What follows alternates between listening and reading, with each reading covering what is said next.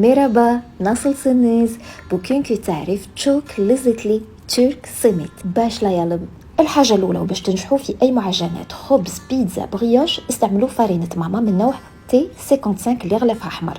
لا تي 55 نتاع ماما مخصصه لهذا الغرض واللي هو العجين. وباش نخدم السميت تاعي ديت منها 3 كيسان، غربلتهم، زدت عليهم الخماره نتاع الخبز، السكر، الخماره نتاع الكاطو والملح. نخلط كاع المكونات الجافه وفي الوسط نزيد البيض، الزيت والحليب الدافي والمقادير درك تلقاوهم تحت لا فيديو. نلم العجينه تاعي على بعضها ونرش شويه فارينه على لو بلان دو ترافاي وندلكها من 2 ل 3 دقائق الماكسيموم. هنا العجينه تاعنا ما لازمش تكون جاريه وتتلصق، هذا هو القوام نتاعها وكيفاش لازم تكون. ومن بعد ما تعجنت ولات ليس نكورها ونحطها في سالادين تاعها، نغطيها ونخليها تخمر مده 45 دقيقه حتى لساعه. اونتر طون نوجدوا ليكيد اللي تغطس فيه السميت اللي على الاصول. السميت الحقاني غطسوه في محلول رب التمر. رب التمر راه متوفر في كاع لي سوبرات من جهه المواد الغذائيه السوريه والتركيه. حل 2 مغارف كبار رب التمر في كاس ونص ما ونخليه اباغ. ومن بعد ما فاتت ساعه والعجينه خمرت مليح وزاد الفوليوم تاعها، نفرغها من الهواء ونقلعها من الماعون اللي كانت فيه، ونجيب الميزان نتاعي ونوزن كرات بوزن 100 غرام للوحده. مليحه كي توزنوا المعجنات نتاعكم خاطرش من بعد يجوكم كاع على قبضه وحده.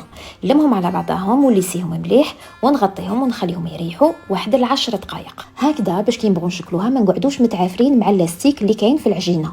نجيب 2 كرات ونحلهم على شكل حرابيش طوال فيهم 50 سنتيمتر في الطول نتاعهم. درت الحربوش الاول، نزيد الزاوج ودرك نحكم الحرابش في 2 ونسوديهم مليح من الطرف الاول نتاعهم ونبدا نطفرهم على بعضهم. هنا الطفيره راهي نتاع 2 برك، ما على بيش ما بايده نقدر نسميها طفيره ولا لا، المهم فهمتوني. وهذه هي الفورما اللي يتميز بها السميت التركي. وهنا شوفوا كيفاش راني نلصق الاطراف مع بعضهم باش تكون عندنا لا فينيسيون شابه.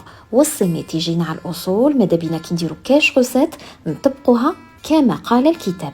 انا بيرسونيلمون هنا راني ساتيسفات على الشكل نتاع السميت وكيفاش خرج لي. درنا مع بعض الحجم الكبير والعائلي ودرك نفوتوا للحجم الصغير اللي تلقاوه يتباع في الزناقي نتاع اسطنبول. اديو بركوره واحده وضفروها كيما راه مبين في لا فيديو. وما تنساوش تاكدوا لي على لا فينيسيون نتاع لا سودور. نجيب محلول رب التمر اللي وجدناه، نجيب تاني كونتيتي مليحه نتاع الججلان الاحمر اللي راه منقي ومغسول ومنشف، ونبدا نغطس في حبات السميت في الليكيد نتاع رب التمر ونمرغده في الججلان. ومن هذه الخطوه تتحول هذه العجينه من عجينه خبز عادي الى خبز السميت اللي يتميز بهذيك البنه سبيسيال نتاعه اللي تجينا من حلاوه رب التمر والتقرميش اللي جاي من حبات الججلان.